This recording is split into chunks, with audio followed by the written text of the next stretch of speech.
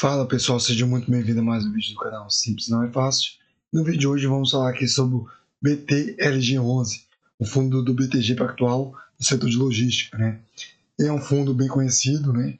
Bem administrado também. Eu vou trazer aqui algumas coisas que o fundo vem fazendo, né?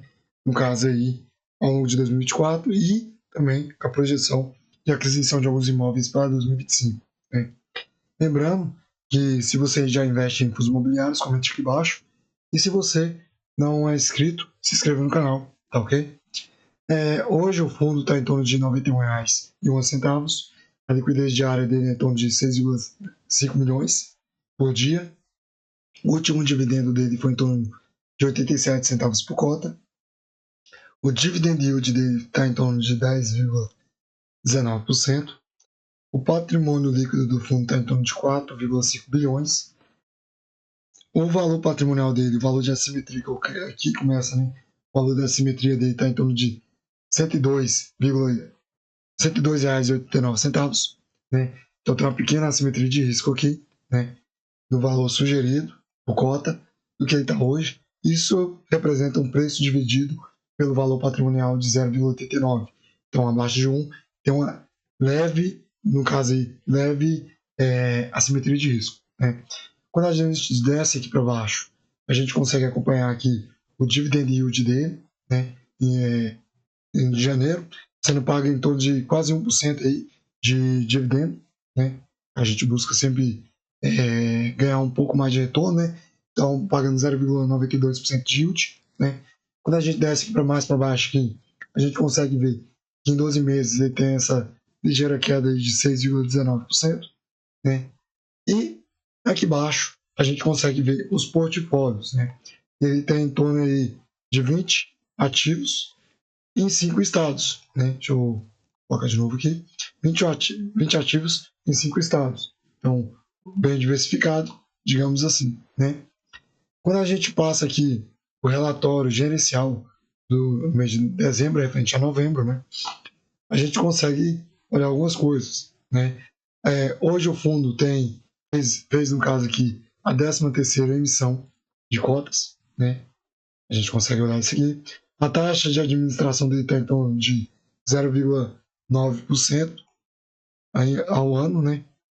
E o fundo tem a quantidade de um pouco mais de 43 mil milhões de cotas emitidas. O último dividendo dele foi em torno de 78 centavos por cota, mas no caso aqui a gente consegue acompanhar que ele pagou aqui em torno do último dividendo de 87 centavos por cota. Por quê? Provavelmente ele teve o não recorrente, que é a venda de alguns imóveis, né? Aqui no valor de mercado já passei para vocês, o número de investidores deles representa em torno de 365 mil cotistas, né?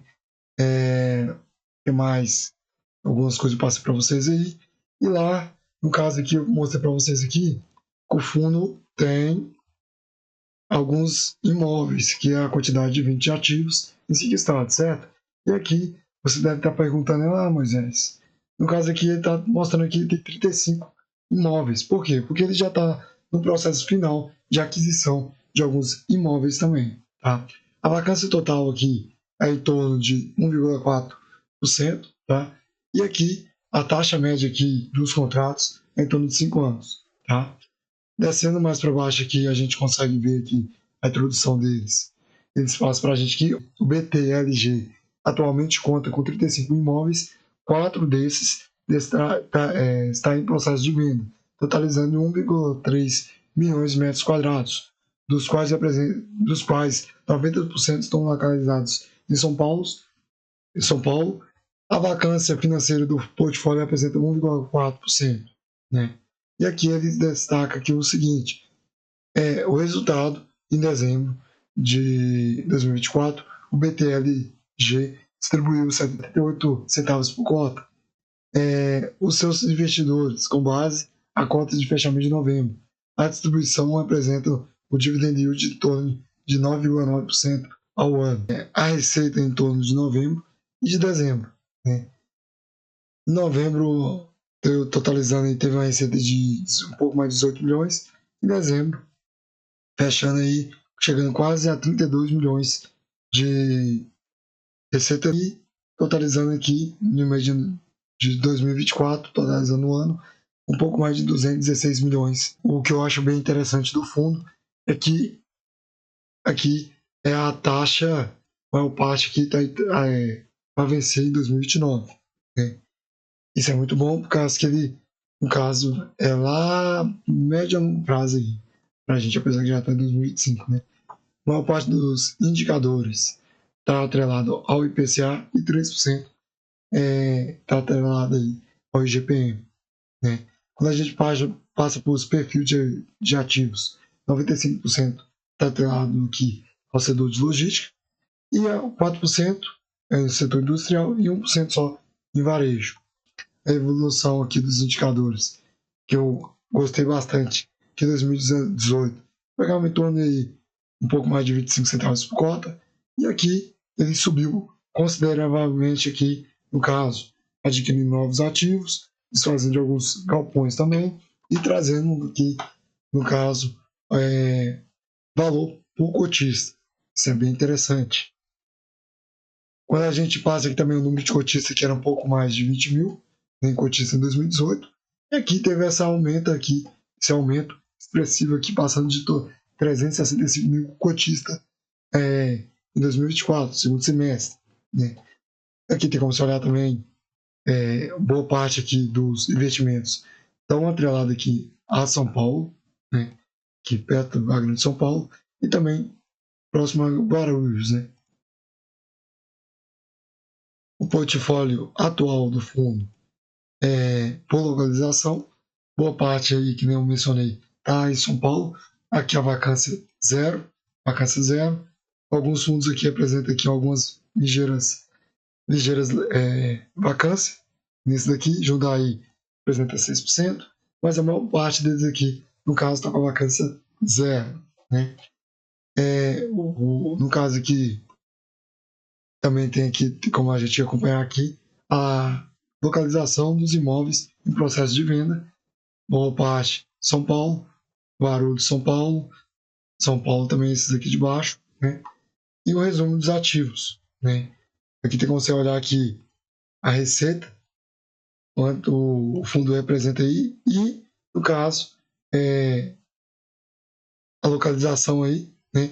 Maior parte São Paulo também. Apesar que tem outros aqui, no caso aqui, Minas Gerais, Ceará, né? Rio de Janeiro, maior parte representada aí também em São Paulo.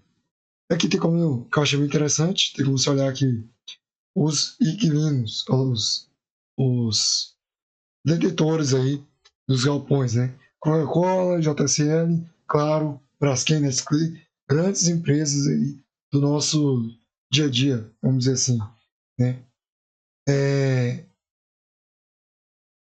Trazer aqui para você aqui também, o fundo também está no processo de desalavancagem, 2024 representou aí em torno de 3%, 3,1%, e aí ele começa aqui em 2025 a desalavancar até 2028, permanecendo aqui abaixo de 1%, que eu achei bem interessante. E como você olhar aqui os indicadores também, né?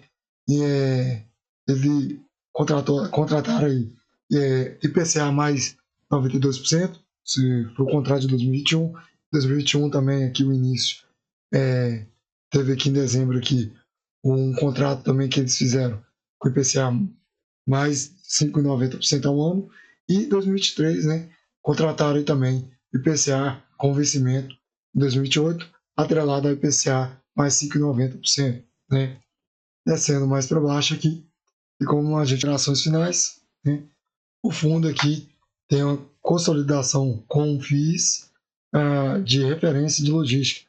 Ele emitiu, no caso aqui em 2024, 1,5 bilhão para adquirir alguns fundos imobiliários, galpões logísticos, me perdoa.